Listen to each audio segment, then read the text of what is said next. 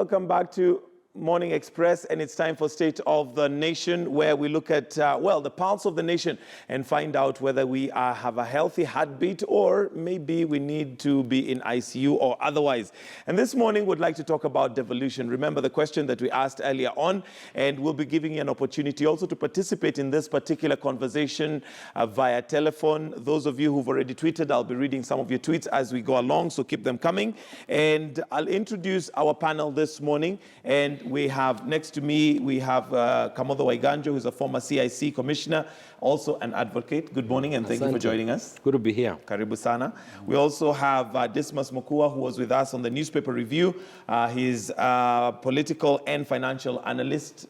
Karibu sana and welcome, and thank you for staying on. Asante. We're also expecting Jarvis Bigambo, who may join us as we continue with the conversation, running a little bit late, but we'll start nevertheless. So, of course, devolution is one of those things that Kenyans signed up for when they signed up the Constitution 2010, and it was a crown in the jewel. It was one of those that Kenyans expected and felt that would be a breath of fresh air by removing things from the national government, bringing them closer to the people, making it more efficient, accessible, and possibly also cost-effective. So I'll start with you, Bwana Kamotho Waiganjo. Do you think devolution so far is what it was expected to be? In some parts, yes, but we are still way away from where we should be. I think one has to look back to where we got to make the decision that we were going to have devolved system of government. If you remember, in 2010, I think 2009, 2010 there, when the Guy Commission went around this country, collecting views. I think it's a one institution that has gone to almost every village, collecting views. When they came back, they issued a report in 2010, and they said what surprised them was the feelings of exclusion in every part of this country. It didn't matter whether it was in central Kenya or Rift Valley or in Nyanza, people felt excluded. From the national government? Excluded from government, yeah. And so there was a sense in which we needed to restructure our governance system to ensure that we are getting closer to the people and that people are making decisions, that people are electing and appointing governance systems that reflect their local wishes. That was number one. Number two was the fact that a lot of people felt as if government had been structured to benefit certain areas at the expense of others. Siyasabaya Maishabaya, you remember that story? And people felt that there was a need to ensure that, again, we have particularly a resource-sharing system that was a lot more equitable and was not fully dependent on the whims of politicians, that there was much less discretion on how you shared out national resources. So that is what even informed the creation of bodies like the CRA, the creation of the Senate, the distribution of resources through a formula and law, as opposed to just discretion and the whims of those in government. So those are some of the things that informed why we went for a governance system. The other very important thing was to ensure that people are involved in the decisions on, in making decisions on matters that affect them. When you talk about priorities, development priorities, investment priorities, that people at the grassroots are making the decisions, the principal decision of where investments are going to be on the matters that affect them. Those are some of the issues that are informed. Have we hit the ball in some of those? Yes. Have we gone as far as where we should be? Obviously not. And let us also remember that because we also came from a very negative season of many years, the expectations by Kenyans were also very high. And it's almost impossible to actually reach people's expectations. And we should never lower people's expectations, but they must also be tempered by a sense of realism. Yeah. All right. Dismas, do you agree that there are certain gains that we have made in terms of devolution, others not? We'll go into the details of possibly where we have made the gains. But generally speaking, do you feel like devolution has played the role it was supposed to? Well, when you look at a number of counties, like, say, Wajir, and you speak to residents from Wajir, they would tell you, on average, they're very happy and excited over devolution, because for the first time, they're able to see resources within their counties. There are so many parts of Kenya that for the first time, they're seeing a tarmac road, or they're even getting to see medical facilities within the jurisdictions, or they're even participating in determining how resources are going to be shared within their counties or within their regions. And one would easily say, without much contradiction, that devolution largely has been a huge success. The only challenge you have in devolution is financial management, that the people who've been given the resources at the county level, for some reason, are not able to create a big difference between personal resources and government resources. And again, sometimes when the decisions are being taken as to where the resources must go, it's not a pure public participation. And a number of counties have come with various pieces of legislation on how decisions are supposed to be taken, but there is undue influence in the decision-making process. And one would easily say that if you're able to ensure that the financial decision-making process is very solid, that the county governments, which now stand accused of manipulating the resources and even stealing those public resources, if they do it in a very prudent manner, then we'll be able to make progress. And then the other challenge is the human resource or the wage bill in the county government. Because again, the county governors have, or rather the governors, have been on an employment spree. They're employing every Tom, Dick, and Harry, not because they're adding any value to the county government, but because of political reason.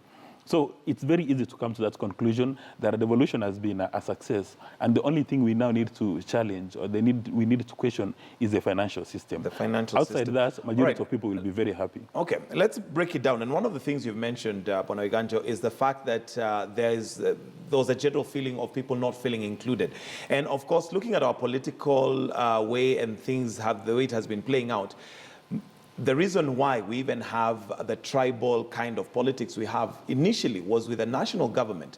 There was a feeling, if my people are on national level, then it's going to filter down to where we are, which of course was not truth when you look at it on the ground. And one of the reasons why devolution was supposed to work is to have now those national resources brought down to the county government, and as a result, equity would be felt. That possibly may not have happened, or maybe I would like to hear your comments. Do you think that has happened? And if not, why? I think to a large measure it has. I think if there's anything that no one will doubt, is that if you compare the process of resource distribution nationally, pre-devolution and post-devolution, there is obviously a difference. There's a huge difference. Is it sufficient? Of course not. Remember that one of the things that was supposed to happen in our devolution structure is that the bulk of service delivery, if you look at the distribution of functions in the Constitution, the 90% of the services that affect Mwananchi is allocated to the county government. The assumption then was that sufficient resources then for the county governments to provide those services would then be granted. Now, so whereas we have resolved the question of equity in terms of distribution and ensuring that everyone is getting a reasonable share of the national resource, the sufficiency of that resource is still in question. And what has happened, if you look at the amount of money that sometimes have been left at the national government on services that are allocated by the Constitution to county governments, there's a big question there. And I think that is one of the conversations going through the next phase of devolution we'll need to have. What is reasonable in terms of what, particularly when you look at services that are carried out, that are allocated by the county governments, what is reasonable for the national government to retain by way of resources? If you take something like health, health is a fully devolved function other than referral hospitals. So therefore, if you look at the budget on a year allocated to health, if you say it's 300 billion shillings, we should be able to say that the national government carries out 20% of the health function. So they should also only have 20% of the resources. So part of the complaints we have about county government's inability to deliver functions is actually that we have not granted them sufficient resources. And unfortunately, the narrative is that, but they are stealing the money. You know, that is the saddest narrative about devolution. The truth of the matter is, if you were to do shilling for shilling comparison of theft in this country, because theft happens, if you were to do shilling for shilling comparison, the county governments are actually babies in this business. In comparison, that's true. If you go to the budget and look at every ministry and say this ministry lost 7 billion, then go to the counties and find out what sort of monies we are talking about, even if you multiply them by 47. It is child's play. So the answer to resources is not to say, don't give them to the counties because they're going to get stolen. Because anyway, even at the national government, stealing is taking place. Let us close the loopholes for every level of government not to waste resources. But let us give resources to the entity of government that is given that service. Because ultimately, services is not about county governments. You see, county services are about Kenyans. So if the Constitution decided health should go to county governments, allocate them what is reasonable resources. That is number one. Then when we come to equity, let me tell you one of the other failures of the county governments themselves. When resources have gone to the counties and they're equitably distributed, when you get to the county headquarters, a lot of county governments are also playing politics with the distribution of resources within the county now. And there's many complaints about exclusion now within the counties. And I think that is the other conversation we need to have. How do we ensure that even within the counties you have equity and that you have accountability at that level? Okay. Yeah. Dismas, do you agree that the financial side of it is, you mentioned that it's a challenge, and I don't know what your thoughts are in regards to what Kamoda says, that and it's an excuse to say that since they're stealing the little, let's not give them more. But again, if you would use even the Bible that says to whom much is given, much is required. If they're given that little, that means if they're able to steal from that little, wouldn't it just be a multiplication once they get more? Kamoda Ganjwe is a lawyer. I don't know whether there's a legal provision which says that you can only allocate resources to the county government once they confirm to the entire world that they have not stolen a coin. I don't know whether there is that kind of provision. And instead of the national government saying that we are not going to give you more resources, because probability of you stealing is very high, they should come up with systems and controls to ensure that nobody steals that amount of money. And there are so many experts in Kenya. We've got accountants, auditors, who can come up with those bulletproof systems to ensure that you don't steal the resource. And in the likely event that you've stolen the resource, but the prevailing situation is, in the likely event that you steal the resource, then there must be consequences to that. Because what is happening today, it's very clear, black and white. The Auditor General keeps on giving us reports every single day, telling us resources have been stolen. And it's done his bit of the constitutional obligation, what he's supposed to be doing. But what happens after that? Like, for instance, the case of Kakamega, there's a Bukungu Stadium, which is supposed to come up at a cost of 1 billion. And before it's even halfway complete, the thing has already collapsed. And so it means the quality of workmanship has been compromised. Is there going to be a consequence on that? The answer is likely not. In Baringo, I've been told there are so many ghost workers. People are being paid a salary who do not exist. Is there going to be a consequence to that? No. And for me, I think it's a deliberate measure by both the national government as well as the county governments to ensure that we've got a weak system, weak controls. Because if you go to the private sector, all the organizations in the private sector, they've got very solid systems that a probability of you stealing even 10 shilling is almost zero. Is it really why can't we take the same to the public sector? Is it really a question of weak controls? Because if you look at, for instance, the IFMIS, which of course has become a major loophole, is it really the system that's a problem, or is it the people operating the system that deliberately compromise it to a point where even if it was foolproof, they would still look for loopholes? You know, it's human beings who constitute those systems. So a system is not as if it's something which is mechanical outside that you just go press a button and you take a walk. Even if it's pressing that button, it's still supposed to be a human being. The tragedy is that there is no consequence to any mischief taking place.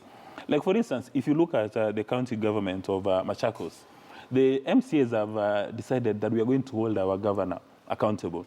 There's some issues here that we'd like to question. But what has happened? A number of them have been taken out to, we are told that in Arusha. Now, that's compromising systems. And again, on the second note, the quality of the MCAs, because we are told that a number of those MCAs in the county governments are unable to understand the basics on how the county government is supposed to work. Okay. They've got zero understanding of basics in accounting, in economics, or even in law. So even when they're looking at those budgets, they're actually yawning. They cannot wait to get a sitting allowance and proceed for the next meeting. In fact, I was going to say that one of the fundamental failures that we as a country must accept is that having accepted that we wanted to ensure that the power of self-government is given to the people, we invested a lot in ensuring we have a very effective executive. So we even said, for you to be a governor, you must have a degree. For you to have to be a member of the executive, the county minister, you must have a degree. Even people's expectations on what a governor should be like, even before putting aside the law, were very clear. So that is why if you look at all the governors that were elected, there are particular caliber of people. It is people largely who have succeeded in business, in the private sector, in politics, a few of them. So there's a sense in which we told the people, this is what the governance system at the county is going to be like. But we forgot that the second arm of the county government is the assembly, which is the one that holds these people. It is the one that plans. It is the one that budgets, and then it is the one that oversees these people. But the quality of our members of the county assembly, and it is not their fault, it's totally wanting. I have gone to about 40 of these counties in my period at the commission. And I can tell you without a doubt, other than maybe 2 or 3 counties, the asymmetry between the executive and the assembly is huge, you know. So in a sense, what happens is that the executives can get away with a lot. And I think if there's anything we need to do in the next phase is to ensure that we have invested in the right quality of the county assembly members. Coming back to the issue of systems and people, I am a firm believer myself in IFMIS. Even when we were doing the public finance management law, I was very clear that we need a system. Because the truth of the matter is that money gets lost in this country, but the problem always that it was very difficult to track. The beauty of the IFMI system is that, yes, because generally we have a culture of wanting to defraud systems, is that we will try to defraud the system. The advantage of the IFMI system is that it tracks every movement. So right now we can actually pinpoint. You can pinpoint who did. The question is what this man is saying. So what? You see, because you see, the system can only help you so much if people know that if you do this and you're caught, there will be consequences. For as long as there are no consequences, you can have the best system. People know that even if there's a VAT, they can get away with it. And so the answer for me, in fact, when I hear governors complaining and say, oh, let's remove IFMIS, I panic. Because the solution is not to remove it. The solution is to say, 1, let us strengthen it so that it is fully functional, because as it is now, it is not fully functional. Ensure that it is fully functional. And then number 2, ensure that when we catch anyone subverting the system, there must be consequences. Once people see that there are consequences, I can guarantee you that a lot of people are going to, but for as long as people know you can get away with it, they are going to get away with regardless of the system that is there. Yeah, and because the evidence is there now, I can tell you that today if you went to the IFMIS system, you can actually tell who it is who facilitated the movement of money illegally. And let's also distinguish between 2 things. And that is also something that concerns me even in our audit reports. There is theft. You see, what we have done now is we have convoluted 3 things. One is pure fraud. You know, when people go to NYS and you add zeros, you know that is not corruption. That's fraud. That is fraud, that is theft. And those should not even be in an audit system. Those are people who should be in court 1 on day 1. Then we have those people who do not follow the prescribed rules. You know, maybe the MTC did not meet, but the goods were delivered, you know, properly, and the goods were delivered at cost. That's a different thing. Then there are those issues where you followed the system, yes, everything was followed, but people either double charged or, you know, things were overpriced. Again, the problem is when we talk about corruption in this country, we generalize everything. And so we never know. So those who are stealing get away with it, and sometimes those we punish are those who purely subverted the process. And I think we need to be very clear even in the audit report so that we distinguish the 3, because the consequences for the 3 should be different. Some of them should be purely administrative censure. Others should be jail. Others should be people who are sacked. We need to make a distinction between those 3 so that we realize where are we losing the most and where do we need to put more investment. All right, and just a reminder that the phone lines are now open in case you'd like to ask a question or maybe just to participate and let us know how devolution has worked for you, because at the end of the day, it was meant for you as Wanjiko, Atieno, wherever you are as a Kenyan. Devolution really was designed for you to have services closer to you, for them to be more efficient, for them to be more cost effective. So as a result, we need you to participate in this conversation. So Dismas, coming back to you, looking at where we are today, what are some of those tangible things that devolution should have already delivered by now? We're now almost 5 years into, you know, this particular regime, and devolution is one of the things, the hallmarks that was supposed to have transformed this country. Almost like Kamoda had said, the expectations were very high and maybe may not be met. But what are some of those tangible things that we're supposed to have had by now? You know, coming from the countryside where medical care is a complicated issue, one of the principal benefits of devolution was having functional systems. That when you get sick and you go to your nearest dispensary, or you go to a health center, or you go to an hospital, you actually get medical attention without having to struggle. Right now, if you go to all these hospitals, erroneously referred to as a referral hospital by all the county governments, you're going to be surprised, you're going to be shocked because there's no medical attention.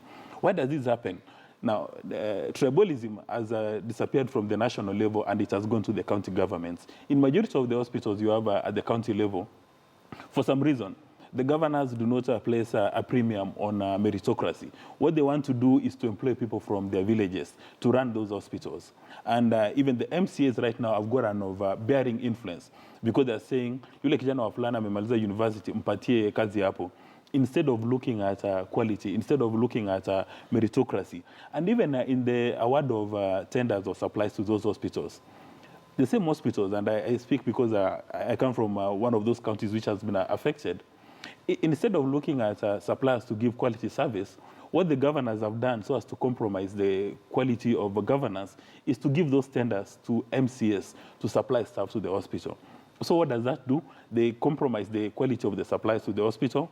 Because if an MCA has done a shoddy job, or a company owned by MCA has done a shoddy job, the governor is unlikely to take any action because he wants to use that as a bait in future to negotiate. And if you do not have a quality human resource in those facilities, nothing happens. And maybe it's a good example as to why Governor Isaac Ruto had to go to South Africa. Because as the chairman of the Council of Governors, he knows very well that healthcare is a devolved function. He had been given a lot of resources. So if you cannot treat a basic scratch on the face and you've been given a lot of resources, what do you expect from the other 190? And then number two is the issue of roads. A section of the roads are being done by the county governments, but the roads are done in such a shoddy manner that with the appearance of light rains, everything disappears. And what I understand from suppliers, what they've been able to do right now is to accumulate huge debts. They've employed so many people. So the wage bill is much higher than what goes to development. So really, there is no capital development in majority of the counties. Okay, Bonakamodo Iganjo, we are heading to 2017, and Kenyans are again at a point where we have to decide who are going to be our leaders. What would your projection be in terms of advising Kenyans when we're looking for leaders? Because evidently things rise and fall on leadership, and there is a problem. The fact that devolution has not delivered in some areas may not necessarily because of resources, may not be because systems are not in place, may not be because we don't have laws that regulate, but the leadership. I think one of the saddest things about the story of devolution is that we also have a very broad brush approach to how we analyze the success or failure of devolved governments. I think going forward, and I think the media has a responsibility to do that, is that we need to tell some of the success stories, because there are success stories. I think if you go around this country, you will find some counties where some things are working. And I think it's important that we look out for those, because then we can start to tell Kenyans that it is possible. Because what is now happening is that a lot of people feel very dejected because they think, what does it matter anyway? You know, whether it is a county government or it is a national government, we are still not getting services. So we need to look out for those positive examples and sell them. Number two is that we also, as the local elite of those counties, we must now also find ways of structuring accountability systems that enable the citizen to hold the government accountable. You see, one of the sad things that happen is that with devolved government, whereas the devolved bureaucracy moved to the counties, a lot of what you call the accountability mechanisms, whether in civil society, even in the entire non-state actor community, is actually largely in Nairobi. You know, so you have quite a bit of work that is done in terms of holding the national government accountable and ensuring that enough noise is made when things go wrong. But you don't find the equivalent of that in the county. So in a sense, the county governments had been allowed to run roughshod around the citizen without the opportunity for citizen accountability. And the reality is that if we don't grow the systems of citizen accountability going forward, the sorts of things that Dismas is saying are going to happen. Number three is that issue we have talked about, holding people accountable. A lot of those things that we're talking about, if you read the typical report of the Controller of Budget, the report of the Auditor General, those reports are there and those things are provided for.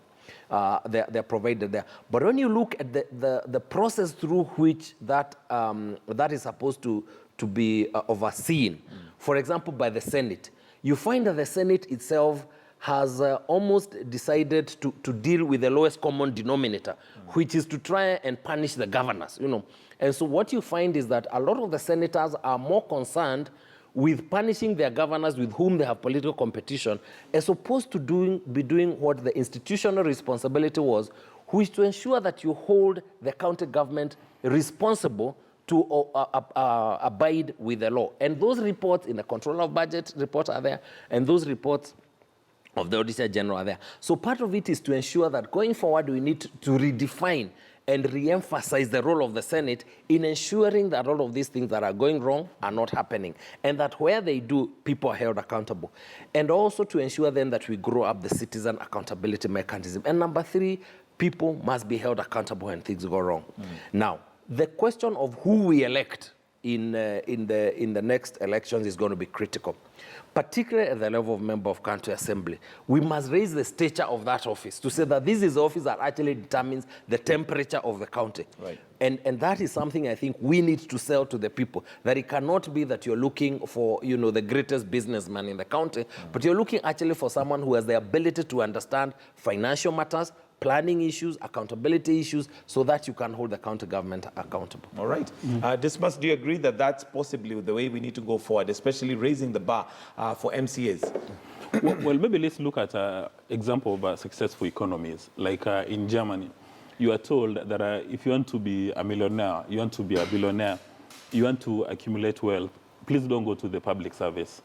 Stay in the private sector and make your money and become a billionaire. At some stage, if we need you, like Donald Trump will come looking for you. But unfortunately, in Kenya, if you want to become a millionaire, you want to become a billionaire, the easiest place to make money is in the public sector.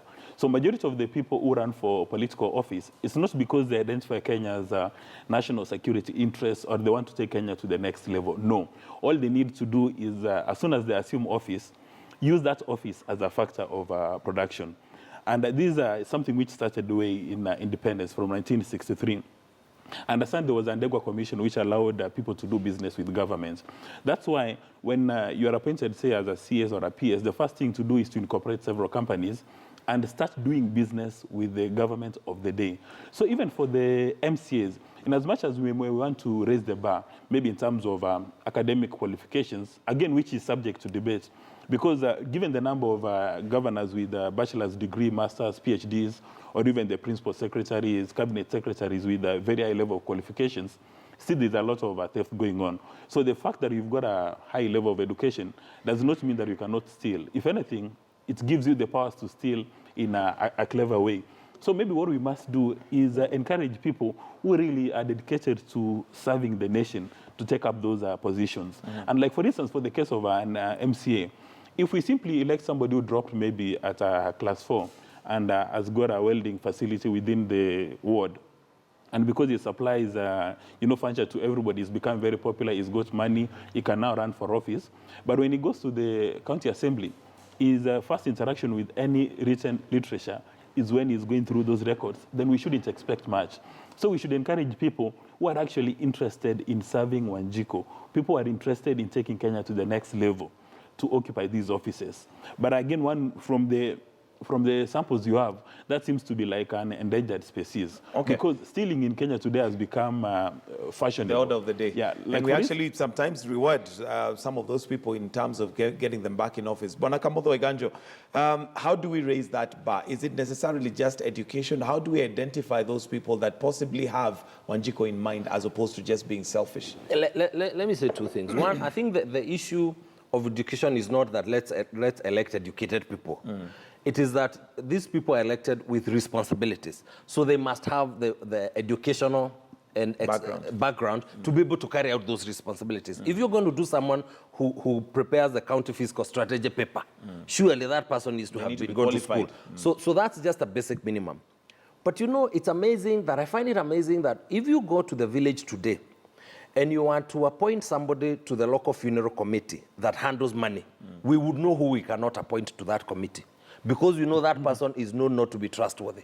Why don't we apply the same rules when it comes to public sector? Why is it that when it comes to our private resources, we're very clear? If you go to the local coffee factory, where people know their coffee is going, they're very clear about who they are appointing for treasurer, They're very clear about who they appoint for chair. They know who they don't want near their money.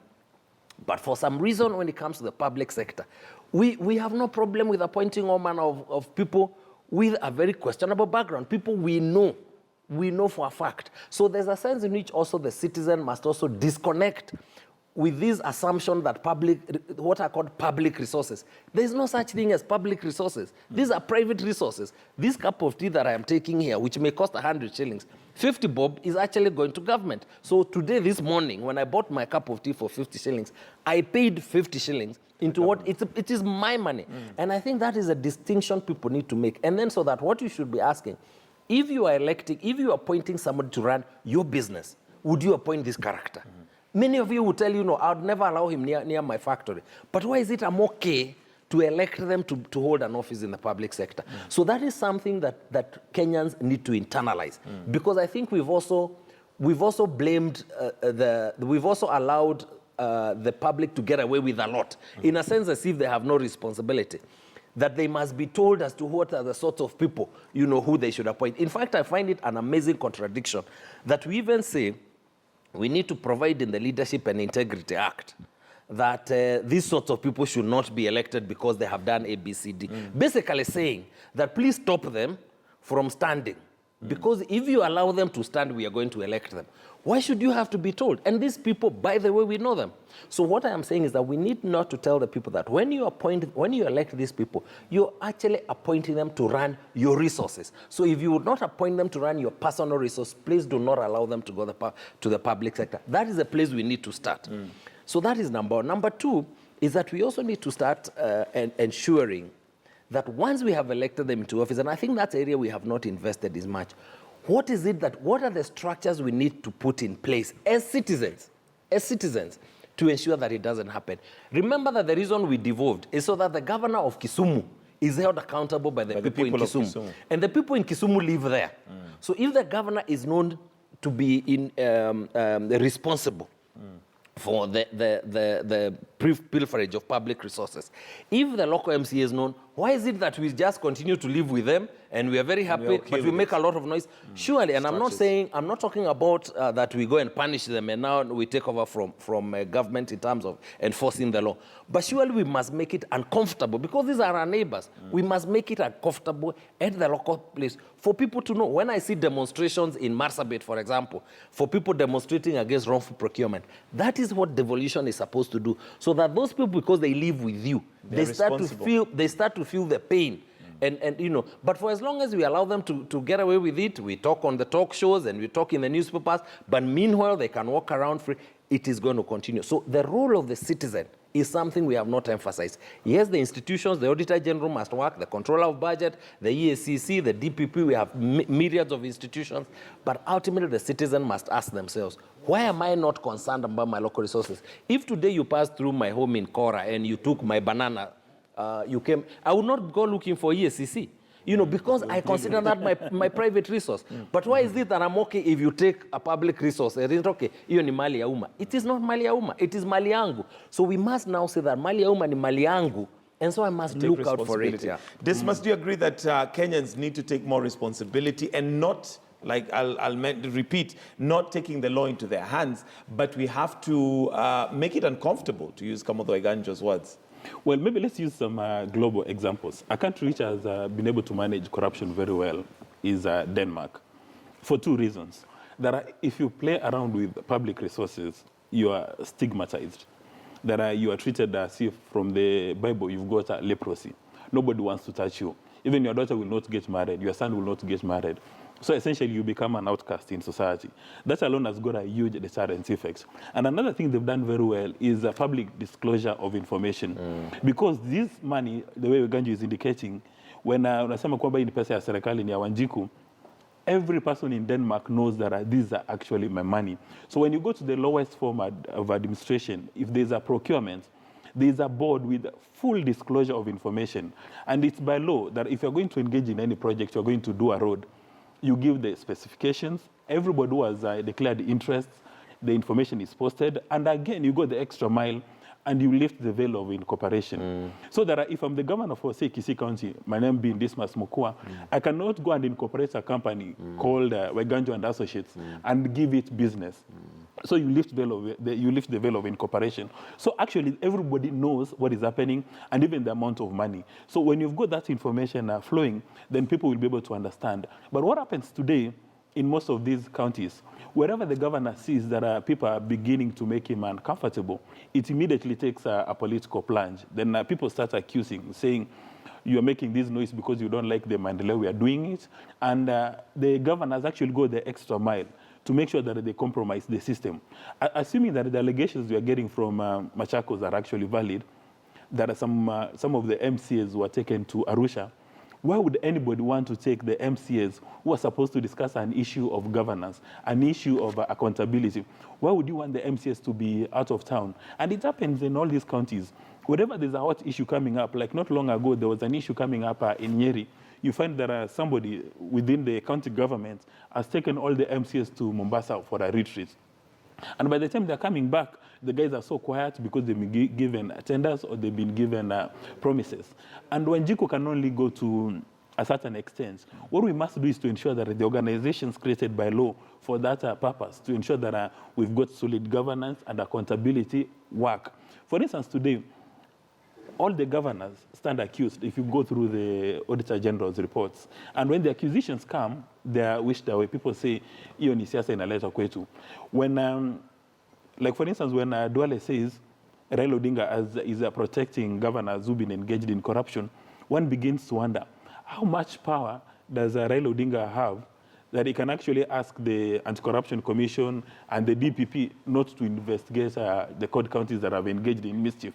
What one would have expected in the position of Duale is to urge and give support to these agencies to engage in prosecution. But when a governor from a Jubilee County hears what Duale is saying, and when Raila Odinga goes to Mombasa, and even before investigations are complete, and he says that when you look at Governor Kingi, he is a best practice on how you're supposed to manage corruption, and resources have been stolen, essentially it's giving people who want to engage in mischief more comfort to engage in this. So it would be important for us, everybody, including the political leadership that has got a lot of weight, to apply their weight. And yesterday I saw the proceedings at the Senate, and I was very delighted when I saw Governor Hassan Omar saying that WEPA would like to disassociate itself from the statement made by Raila Odinga, that everything is okay in the court counties. And I also saw Senator Wetangula condemning what has happened in Kakamega. That's the kind of stuff we need, that the political leaders come out. And again, you've seen the religious leaders, especially the Catholic Church, are saying they want to start, they'll start holding our leaders into account. That if you are going to engage in mischief, you go and steal public resources, we'll not be inviting you to come and give us the resources in charge. And I think we need really to support the religious community, because these people tend to have a lot of influence and a lot of say in the counties. And maybe at this stage, we should urge the National Council of Churches of Kenya, the Catholics, to be at the forefront of enforcing that chapter 6. Because if you can have a priest on a mass on a particular Sunday, spending maybe 10 minutes out of his sermon discussing issues of accountability, issues of governance, then maybe the voters will start paying attention. But more important, from the way I see it, is to stigmatize that anybody who has stolen from Wanjiru has to bear responsibility, has to take consequence. Now, like the case we have, the one we were discussing prior, the one of South Korea, the fact that somebody decided to buy Viagra for the president has become a national issue. And you know, you wouldn't say that's a lot of money. I mean, I don't know how much a Viagra would cost and how many tablets they bought for her. But that alone has made people in Seoul go to the streets every single day. But what happens in Kenya when people are demonstrating? If people are going to Urpak to do the demonstration, they're beaten into a pulp because the system, for some reason, does not tolerate this kind of demonstration. Okay, Bona Kamodo, as a lawyer, there is a framework for certain things to be dealt with, and this is when the leaders should change the electorate in terms of delivery. But you've mentioned that Kenyans need to take maybe more responsibility and make their leaders more accountable. Other than just going to the street, what are other ways that possibly you'd recommend where we can hold our leaders accountable? I think, and just so that I'm clear, I don't think, my point is not as an alternative to the existing systems, because ultimately Kenyan taxpayers pay tax so that these institutions can hold the governance as whatever accountable. So that must be made to work. But what I'm saying is that from what I know about how governments, what governments are most sensitive about, because these are political entities. The one thing they're most citizen about is about an unhappy citizen. And so in a sense, we need to raise the citizen consciousness. And the reality is that the law is actually there even in terms of information sharing. If you read whether it is the County Government Act or the Public Finance Management Act, the disclosure requirements that this man is talking about are actually very high. But the problem has been that these disclosure requirements, there's so much information that the citizen is overwhelmed. And when I talk about the responsibility of those of us, the local elite in those counties, our responsibility now, in terms of our own citizen responsibility, is to ensure that a lot of this information is then packaged in such a way that it is useful to the citizen to make decisions. When you talk about, for example, the role of the church, every single village in this country has a church or a mosque. If we made it the business of those churches, to actually take some time to even discuss county procurements and who it is and what is the procurement, what is the rate that are being used for graveling roads in this county as opposed to what is available in Wajir. Who are the people who have been given these counties and what has been their history? I mean, the contracts and what is their history? If that sort of information was now percolating to the citizen from institutions that are known to be apolitical, I think it would be very helpful so that we avoid this conversation which almost defines corruption in terms of a political narrative. Because the truth of the matter in this country is that the bulk of the corruption that actually happens underground and is never seen. What we see is just the tip of the iceberg. And what we see usually is what is politically convenient to show. And so in a sense, if we were to ensure that every little thing, even the ones that will never find their way on KTN and on the nation headline, are actually discussed at the local level by institutions that are apolitical and are known to be apolitical. If that is where we were investing, to ensure there's a lot more information, so that we even change the conversation about what does public participation mean. Public participation, in my mind, is not about calling people to come and discuss a budget. It is actually disclosing information to people so that it can inform their decision in the future, so that it can inform who they will hold accountable and how they will do that. So we need to change the framework for how we allow citizens to get engaged. For me, that is important. Even as we strengthen institutions, we must ensure that the citizen, and it is not every citizen, the church communities, the cooperative movements, the local CBOs and local CSOs, what we need to, let us grow capacity for people to hold governments accountable.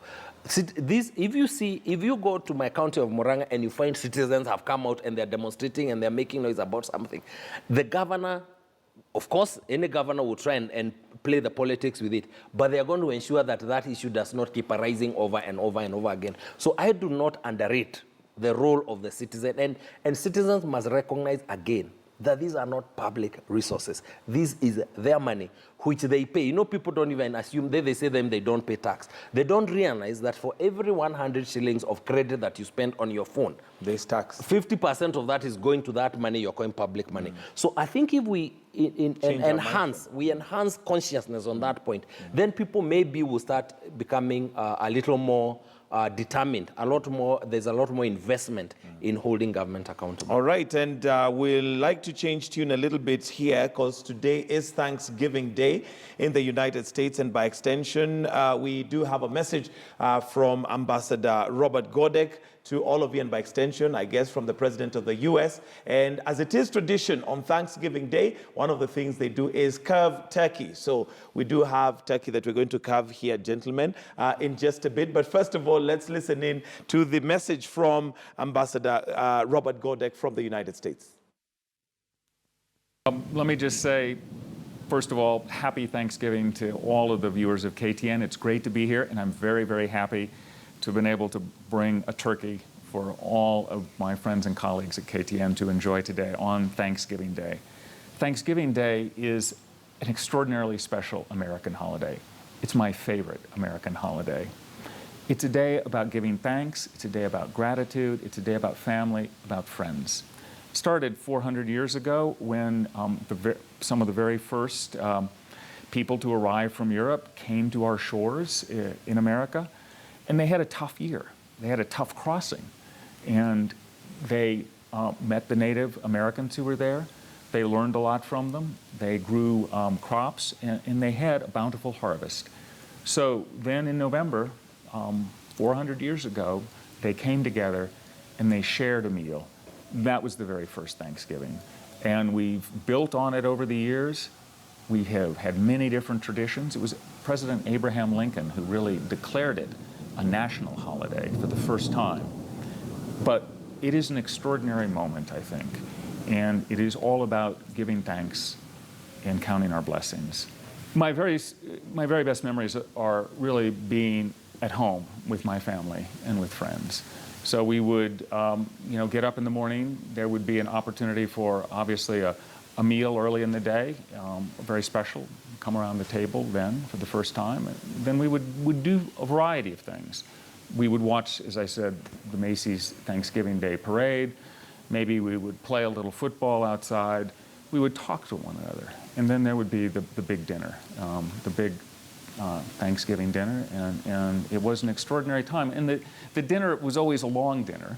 So normal dinners might be very short because people are in a rush. They have things to do. Maybe you just have a few minutes around the table.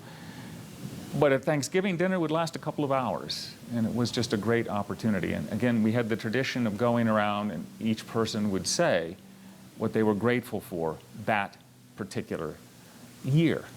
And people would talk about what was important to them. And I found it very, very, very, very powerful, very moving. I'm thankful for lots of things. First of all, I'm very thankful for my extraordinary, wonderful wife, Lori, who is just so amazing and really the joy of my life. But I'm also very grateful to be able to live and work here in Kenya, for all of my Kenyan colleagues and friends, for my American colleagues and friends, for everything that we've been able to do together on so many different fronts, whether it's security or prosperity or democracy. It's all of the work that we're doing together to build bridges, to deepen and strengthen the partnership between the United States and Kenya. We've gotten a lot done, and I'm deeply grateful for that. My Thanksgiving message to Kenyans would be simply the power of gratitude. That it is always important, I think, for all of us, whether it's Thanksgiving Day or some other day, to step back, to spend time with family and friends, to think about what matters to us, to count our blessings, to be grateful for all of the gifts that we all enjoy. And also then to think about, as well, what other things we might want to do in life. What are the next steps? What sorts of things can we do to make our lives better? What can we do to make the lives of the people around us better? It's good to step back and give thanks and to think about our lives. So that would be my message. Whether it's on Thanksgiving Day, American Thanksgiving Day, or some other day, step back, give thanks, be grateful, think about what you want to do to build a better future for yourselves, for your family, for your community, and for your nation.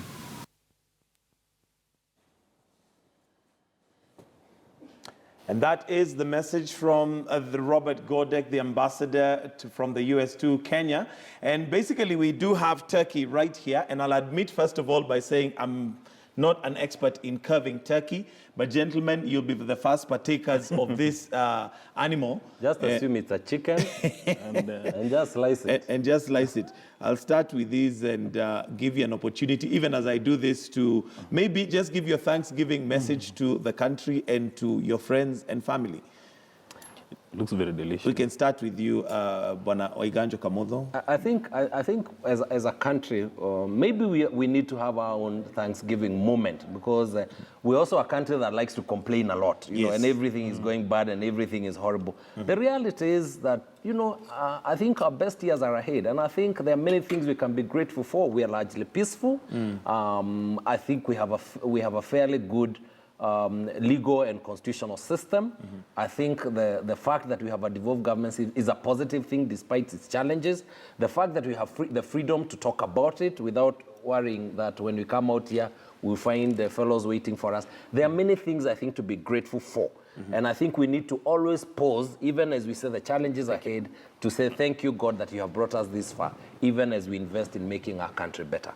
We may not be able to agree on the animal that we will use for Thanksgiving.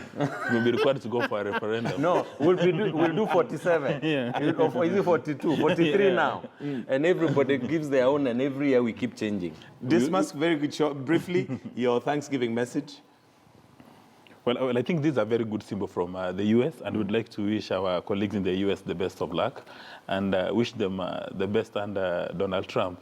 And as Weganja has indicated, they need to socialize with his book, The Art of... You said The Art of the Deal. Yeah. So for them not to become nervous. And from the recent pronouncements by Donald J. Trump, I think he means well for America. And for the Kenyans who are worried that they're coming back home, I don't think they'll come back home. They'll enjoy his leadership. All right, thank you very much, gentlemen. That's State of the Nation. And of course, we finish it on a very happy and Thanksgiving note, and courtesy of the U.S. Embassy, the ambassador, and by extension, Barack Obama. Happy Thanksgiving.